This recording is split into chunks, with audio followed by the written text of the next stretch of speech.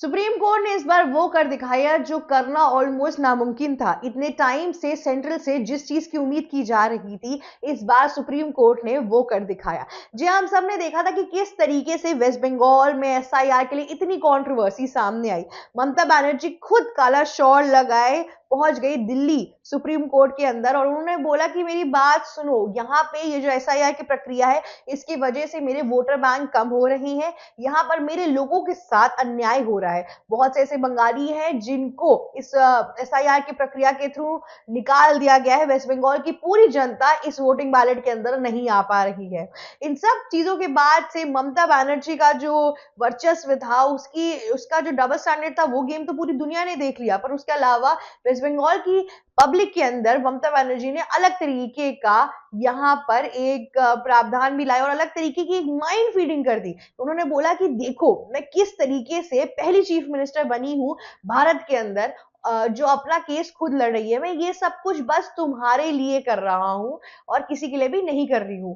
ये ममता बनर्जी ने बंगालियों के दिमाग के अंदर भर दिया। इतना ही नहीं, उनकी जो ब्लैक शॉल वाली जो एडवोकेट वाली पूरी पिक्चर थी, उसको इस तरीके से एक मोटिवेशन, एक ट्रिब्यूट की तरह पूरे वेस्ट बंगाल के अंदर लगा दी गई। लेकिन अब सुप्रीम कोर्ट ने पूरी की पूरी खबर खंडित कर दी। पूरी की पूरी जो उनकी मेहनत थी एसआईआर को रोकने की, उसको यहाँ पे खारिज कर दिया। जी हाँ, यहाँ पर सुप्रीम कोर्ट का नया वर्डिक आया है, जहां पर उन्होंने बोला है कि एसआईआर की प्रक्रिया वेस्ट बंगाल में कोई भी नहीं रोकेगा। और स्टेट स्पेसिफिकली उन्होंने स्टेट जुडिशरी की बहुत ज्यादा इसमें हेल्प मांगी है। उन्होंने बोला है कि आप मेरी बात सुनिए। कोलकाता हाईकोर्ट को पहले गया ये ऑर्डर। कोलकाता हाईकोर्ट को बोला है कि आप एसआईआर की पूरी प्रक्रिया के लिए रिटायर्ड या फिर रनिंग डिस्ट्रिक्ट जजेस को बैठाइए, ताकि वो इस प्रक्रिया को खुद मॉनिटर कर सके। ये जो डिसीजन आया ना सुप्रीम कोर्ट का, ये समझ रहे किस लिए आया है? एसआईआर की प्रक्रिया के लिए election commission of India state की हेल्प लेता है, पर यहाँ पे जो टीएमसी की गवर्नमेंट है, उन्होंने तो कंप्लीटली एसआईआर के खिलाफ बात कर दी है। इनफैक्ट मैं आपको बता दूं, हद इतनी ज्यादा आ गई है कि एसआईआर के जो एम्प्लॉय या कार्यकर्ता इस टाइम पे वेस्ट बंगाल के अंदर है, उनको ऑफिस तक की जगह नहीं मिल रही है। वो लोग सड़क पे खड़े होकर एसआईआर की प्रक्रिया कर रहे हैं, कहीं बैठने की जगह नहीं मिल रही है। इस तरीके से रिबेल आ रहा है और साथ ही साथ उनकी जान को भी बहुत हद तक खतरा है। क्योंकि जब ईडी आई थी आईपैक के ऑफिस में, तब ममता बनर्जी के जो गुंडे थे और जिस हिसाब से ममता बनर्जी के स्टेटमेंट्स आए थे, उसमें बहुत लाइफ थ्रेटनिंग बातें की गई थी ईडी के लोगों के लिए। वो चलिए, वो तो एक फेडरल इंस्टीट्यूशन के लोग थे, उनके उनके साथ तो फिर भी थोड़ी सिक्योरिटी थी। पर यहाँ पर ये जो कार्यकर्ताएं हैं, यहाँ पे ये तो अपनी बेसिस पर है ना, माना कि ये इलेक्शन कमीशन ऑफ इंडिया की तरफ से आए हैं, पर उसके बावजूद भी अगर पूरी पब्लिक घेर लेगी या कुछ हो जाएगा, तो हम थोड़ी ना समझ सकते कि आगे क्या हो सकता है। अभी यहाँ पे जो स्थिति उत्पन्न हो रही है, उससे तो साफ साफ पता चल रहा है कि ममता बनर्जी एसआईआर को रोकने के लिए बहुत तरीके की नई नई तरकीबें मचा रही थी। पर उसके बावजूद भी आप एक चीज देखेंगे कि सुप्रीम कोर्ट ने मना तो किया, पर फिर भी ममता बनर्जी के अंदर जो जज्बा है एसआईआर को नीचे करने का, वो नहीं खत्म हो रहा है। अब आप सोच रहे होंगे कि एक्चुअल में ऐसा क्या है। देखिए, एसआईआर के अंदर सिर्फ बांग्लादेशी मुस्लिम्स नहीं जा रहे, बहुत से ऐसे लोगों का नाम है उसके अंदर जो ऑलरेडी जिनकी मृत्यु हो चुकी है। बहुत से ऐसे लोगों का नाम है जिनका एक बार नाम एक बैलेट पे, दूसरी बार दूसरे बैलेट पे, तीसरी बार तीसरे बैलेट पे नाम बहुत बार जा रहा है। कुछ ऐसे लोगों का है जो ऑलमोस्ट अभी तक इंडिया छोड़ के बांग्लादेश वापस भी जा चुके हैं, तो ऑलमोस्ट वो इलीगल माइग्रेंट्स की तरह है। कुछ ऐसे लोगों का नाम है जो इस देश के है भी नहीं, यहाँ पे रेफ्यूजी कैंप्स में रह रहे हैं। तो इस तरीके से अगर आप देखेंगे तो आपको समझ में आएगा कि इस पूरे के पूरे वोटिंग बैलेट के अंदर अलग अलग तरीके से इलीगल नेम्स रखे गई हैं, जिनका कोई भी रेलेवेंस नहीं बनता है वेस्ट बंगाल के वोटिंग बैलेट में रहने का।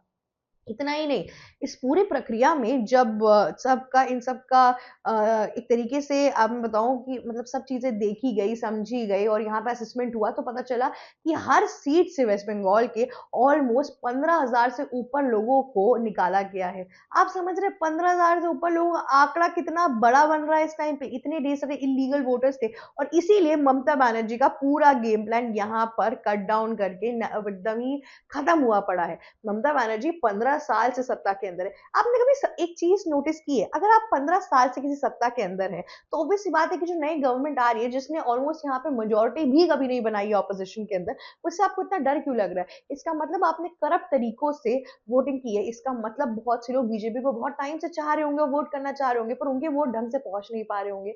इसका मतलब यहाँ पे साफ है कि कुछ ना कुछ तो वोटिंग वैलेट के अंदर इन लोगों ने, टीएमसी के लोगों ने कुछ ना कुछ तो यहाँ पे तगड़मबाजी की है, लेकिन उसका आज तक पता नहीं चल पा रहा था।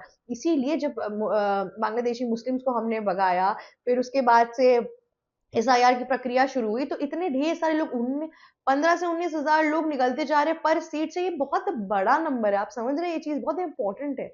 और इस नंबर से ममता बनर्जी की दिल की धड़कन और तेज होती जा रही है। ये आपकी जो इलेक्शंस है वेस्ट बंगाल के अंदर वो मार्च से शुरू हो जाएंगे।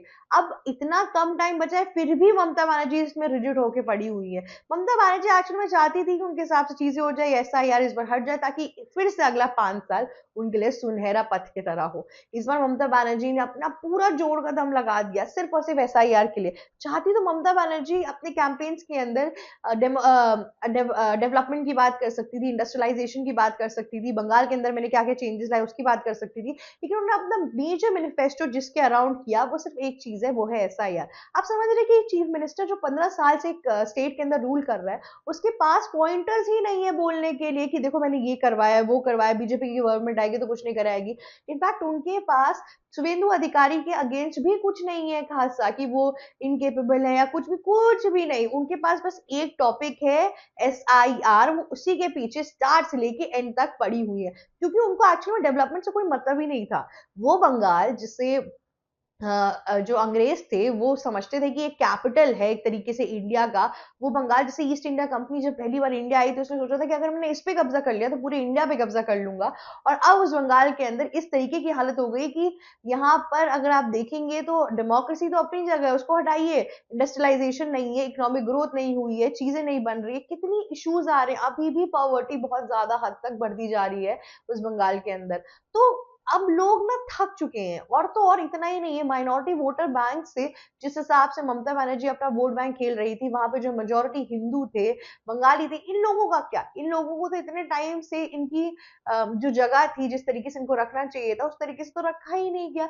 मेजोरिटी के नाम पे इनको साइडलाइन करते गए और माइनॉरिटी के नाम पे अपने मुस्लिम भाइयों को और फिर बांग्लादेशी मुस्लिमों को यहाँ पे इन्होंने रखा बहुत अच्छी तरीके से।